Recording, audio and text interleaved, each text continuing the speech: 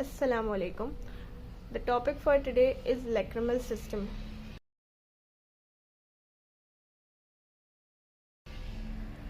अच्छा जी, lacrimal system tier secretion और drainage system है और इसके दो कंपोनेंट्स हैं, यानी कि lacrimal system consists of secretory system and excretory system.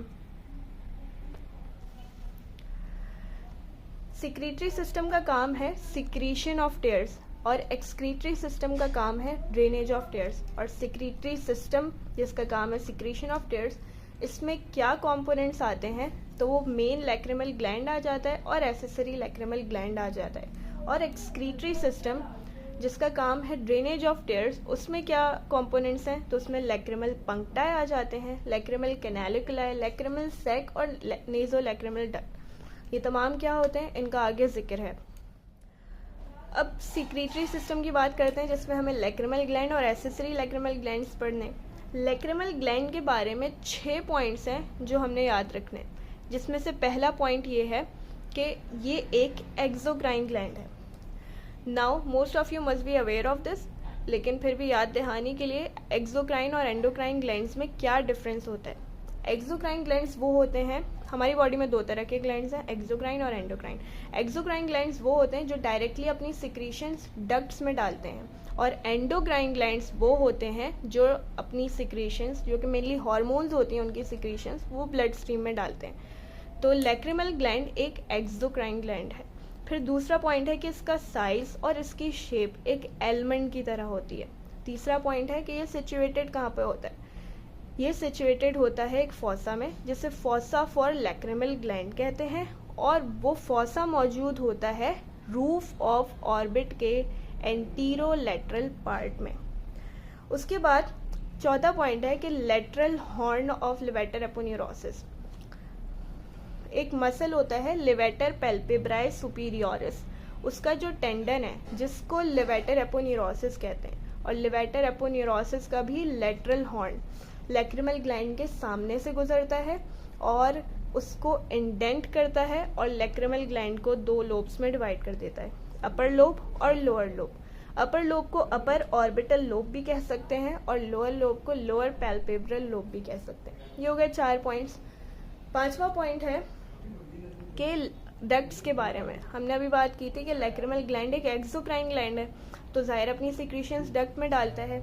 इसकी 10 से 12 डक्ट्स होती हैं जो कि ड्रेन करती हैं सिक्रीशन ऑफ लैक्रिमल ग्लैंड, और ये तमाम डक्ट्स ओपन कहाँ होती हैं, ये ओपन होती हैं अपर आउटर फॉर्निक्स ऑफ कंजंक्टिवा में। अब ये फॉर्निक्स ऑफ कंजंक्टिवा क्या है, जहाँ पे बल्बर कंजंक्टिवा और पैल्पेब्रल कंजंक्टिवा का जंक्शन होता है, जहाँ वो मिलते हैं या उनके दरमियान जो कंजंक्टिवा मौजूद होता है उसे कहते हैं फॉर्निक्स ऑफ कंजंक्टिवा। अब जाहिर है अपर फॉर्निक्स होता है, एक लोअर फॉर्निक्स होता है, तो ये जो डक्ट्स हैं ये ओपन होती हैं अपर आउटर फॉर्निक्स ऑफ कंजंक्टिवा में। और छठा पॉइंट जो है वो इसकी थोड़ी बहुत हिस्टोलॉजी के बारे में कि ये बनता कैसे, तो it is composed of secretory epithelial cells. ये 6 पॉइंट्स हो गए। पहला क्या है, ये एक्सोक्राइन ग्लैंड है। दूसरा इसका साइज शेप एलमंड की तरह है। तीसरा ये सिचुएटेड कहाँ होता है। चौथा ये अपर लोअर लोब्स में किस तरह डिवाइडेड है। 5वां कि इसकी डक्ट्स कितनी है और कहाँ ओपन होती हैं। और छठा ये कंपोज्ड है सिक्रीटरी एपिथेलियल सेल्स से। अब इसकी blood supply Venus drainage, lymphatic drainage और नर्व सप्लाई करती है। इसकी blood supply simple lacrimal artery supply करती है। वीनस ड्रेनेज इसकी है सुपीरियर ऑप्थेल्मिक वेन इसको ड्रेन करती है, और इसकी लिम्फेटिक ड्रेनेज है प्री ऑरिकुलर लिम्फ नोड्स। इसकी जो नर्व सप्लाई है वो थोड़ी सी डिटेल्ड है। इसको जो सेंसरी सप्लाई आती है वो आती है लैक्रिमल नर्व के थ्रू, और लैक्रिमल नर्व कहाँ से आती है, क्रेनियल नर्व 5 होती है ट्राइजेमिनल नर्व। ट्राइजेमिनल नर्व की 3 डिविजन्स होती हैं, ऑप्थेल्मिक, मैक्सिलरी और मैंडिबुलर। अब ऑप्थेल्मिक नर्व जो होती है उसकी एक ब्रांच है लैक्रिमल नर्व, जो कि सेंसरी सप्लाई देती है लैक्रिमल ग्लैंड को। तो ये हो गई इसकी सेंसरी सप्लाई। उसके अलावा सिंपैथेटिक सप्लाई है लैक्रिमल ग्लैंड की। सिंपैथेटिक सप्लाई का क्या काम है, तो वो वेजोमोटर एक्टिविटी करती है। तो सिंपैथेटिक फाइबर्स या वेजोमोटर फाइबर्स जो हैं वो ओरिजिनेट करते हैं सुपीरियर सर्वाइकल गैंग्लियन से। उसके अलावा पैरासिम्पैथेटिक फाइबर्स जो कि सिक्रीटोमोटर एक्टिविटी रखते हैं, तो वो अराइज करते हैं from the facial nerve via pterygopalatine ganglion. तो ये हो गई इसकी नर्व सप्लाई। अब एसेसरी लैक्रिमल ग्लैंड्स हमें पढ़ने हैं। तो लैक्रिमल ग्लैंड और एसेसरी लैक्रिमल ग्लैंड्स में डिफरेंस क्या होता है, उनका सेम एपिथेलियल स्ट्रक्चर होता है, बस वो ये साइज में छोटे होते हैं। तो so these are small glands of same epithelial structure. अब इसमें दो नाम जो है वो याद रखने हैं हमें, एक है ग्लैंड्स ऑफ क्रॉसे और एक है ग्लैंड्स ऑफ वुल्फ्रिंग। अब इन दोनों की लोकेशंस याद रखनी है। ग्लैंड्स ऑफ क्रॉसे कहाँ पे मौजूद होते हैं, Glands of Krause are located within the stroma of conjunctiva in the upper and lower fornix। इसकी डायग्राम जो है वो बुक में मौजूद है। तो ये जो है ब्लू में, ये ग्लैंड्स ऑफ क्रॉस हैं with in the stroma of conjunctiva in the upper and lower fornix. उसके अलावा जो ग्लैंड्स ऑफ वुल्फ्रिंग है वो कहाँ मौजूद होते हैं, so they are located near the upper border of upper tarsal plate and lower border of lower tarsal plate. यहाँ पे बुक में येलो में ये शो किए गए हैं ग्लैंड्स ऑफ वुल्फ्रिंग। ये था आपके पास सिक्रीटरी सिस्टम। अब है एक्सक्रीटरी सिस्टम की बारी। एक्सक्रीटरी सिस्टम में चार चीजें थी, लैक्रिमल पंक्टाई, लैक्रिमल कैनालिकुलाई, लैक्रिमल सैक और नेजो लैक्रिमल डक्ट। अच्छा, अब एक्सक्रीटरी सिस्टम जो है हम इस डायग्राम से समझेंगे इंशाल्लाह। आपके पास एक्सक्रीटरी सिस्टम का जो पहला कंपोनेंट था वो था लैक्रिमल पंक्टाई। तो ये क्या होते हैं, ये दो स्मॉल राउंडेड ओपनिंग्स होती हैं, ये मौजूद हैं। ये दो स्मॉल राउंडेड ओपनिंग्स हैं जो कि अपर लिड पे और लोअर लिड के मार्जिन्स पे मौजूद होती हैं। So these are two small rounded openings located on the upper lid and lower lid margins. और इनकी पोजीशन क्या होती है, ये मीडियल कैंथस से 6 मिलीमीटर टेम्पोरल मौजूद होती हैं। कैंथस क्या होता है, अपर लिड और लोअर लिड जहाँ पे ज्वाइन करती हैं एक दूसरे को, उसे कहते हैं कैंथस। दो तरह के कैंथस होते हैं, एक मीडियल कैंथस और एक लैटरल कैंथस। तो ये मीडियल कैंथस से 6 mm टेम्पोरल साइड पे मौजूद होते हैं, टू स्मॉल राउंडेड ओपनिंग्स।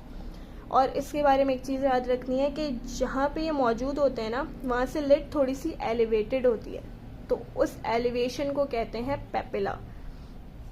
या आप अपनी आँख पे ऑब्जर्व करना चाहें तो वो भी कर सकते हैं। उसके बाद दूसरा जो कंपोनेंट है वो है कैनालिकुलाई। कैनालिकुलाई जो है वो समझे ट्यूब्स हैं, दो कैनालिकुलाई होते हैं। ये सुपीरियर कैनालिकुलाई और ये इंफीरियर कैनालिकुलाई। और एक कैनालिकुलाई का भी, ईच कैनालिकुलाई हैज़ 2 पार्ट्स। एक होता है इसका ये वर्टिकल पार्ट और एक होता है हॉरिजॉन्टल पार्ट। और देखने से वाज़ेह है कि हॉरिजॉन्टल पार्ट जो है वर्टिकल पार्ट से बड़ा होता है। तो ये कैनालिकुलाई कनेक्ट करते हैं पंक्टा को इस लैक्रिमल सैक से, और या तो ये डायरेक्टली ओपन हो जाते हैं लैक्रिमल सैक में, या तो ये मिलके एक कॉमन कैनालिकुलस बनाते हैं जो कि ये रहा, और ये फिर ओपन होता है लैक्रिमल सैक की आउटर वॉल में। तो ये हो गए कैनालिकुलाई, सुपीरियर एंड इंफीरियर, इसके 2 पार्ट्स, और ये कनेक्ट करें पंक्टा को लैक्रिमल सैक से। फिर ये लैक्रिमल सैक है। ये लैक्रिमल सैक जो है वो सिचुएटेड कहाँ पर होता है, ये सिचुएटेड होता है एक फॉसा में जो कि बोनी फॉसा है। और ये बोनी फॉसा जो है वो किन बोन से बना हुआ होता है, तो ये बना हुआ होता है लैक्रिमल बोन से, फ्रंटल प्रोसेस ऑफ मैक्सिला से, और ये बाउंडेड होता है जो फॉसा है lacrimal fossa anteriorly by anterior lacrimal crest and posteriorly by posterior lacrimal crest. Excretory system का लास्ट पार्ट जो कि ये है, ये नेजो लैक्रिमल डक्ट। और ये जो नेजो लैक्रिमल डक्ट है ये एक्सटेंड करती है from the lacrimal sac to the inferior meatus of nose, और ये लाई करती है एक बोनी कैनाल में। इसके जो फर्स्ट 12 mm है, फर्स्ट 12 मिलीमीटर है, वो लाई करते हैं बोनी कैनाल में,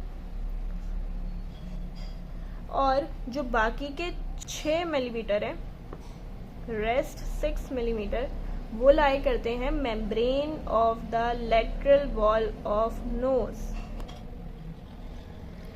और जो बोनी कैनाल जिसमें फर्स्ट 12 mm लाई करते हैं, ये किन बोन से बनी होती है?